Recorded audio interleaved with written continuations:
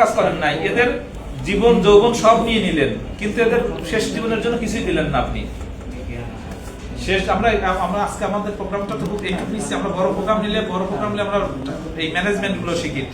Life ম্যানেজমেন্টটা কিভাবে হবে, time management, freedom, আমার মানি ম্যানেজমেন্ট। ম্যাক্সিমাম লোক টাকা পয়সা নষ্ট করে, বাসায় বাবা মার কাছে পাঠাই দেয়, ওরা জায়গা জমি কিনে ফেলে, আসে দেখে যে ভাগযোগ করে দিয়ে ও আবার একটু যা দিয়ে গেছিল সেই কিছুই থাকে না, এদের আবার কষ্ট হয়। আমি এগুলো মানে বাইরে যে বারবার দেখছি এগুলা, তখন ওনাকে বললাম, তখন যে না তা তো ওরা তখন ডিজেবল হয়ে যাবে, তখন আর আমি কি করবো, কিছু দিব না। তো বললাম যে আপনি যদি এরকম একটা হাত করে দেন, যে কাজটা আমি করতে আসছি মালয়েশিয়াতে, আমি এদেরকে একটা হাত বানাই দিয়েছি যে যারা মালয়েশিয়াতে যাবে এখান থেকে 2 লাখ টাকা ইনকাম করবে, দেশে এসে ও 2 লাখ টাকা আবার পাবে, এখানে বসে পাবে।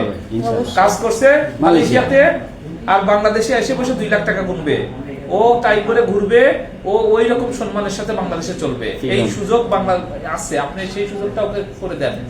আপনি ওদেরকে সবাইকে ডিএক্সএন এর মেম্বার বানিয়ে দেন, কাজ করুক ওখানে। দেশে যখন যাবে 10 বছর কাজ করার পরে যে টাকা মালয়েশিয়া ইনকাম করতে, তার চেয়ে বেশি টাকা বাংলাদেশে বসে ইনকাম করবে, কারণ টিম তো নষ্ট হবে না। আমি এই যে তখন উনি বললেন যে না ডাক্তার সাহেব, এটা তো আমি ভাবি না, এটা তো চিন্তা করেন, এটা একটা ভালো চিন্তা।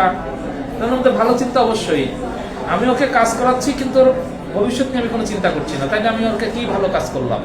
ভালো কাজ হচ্ছে যদি আমি ভবিষ্যৎ চিন্তা করতাম, this is the good work ছিল আমার।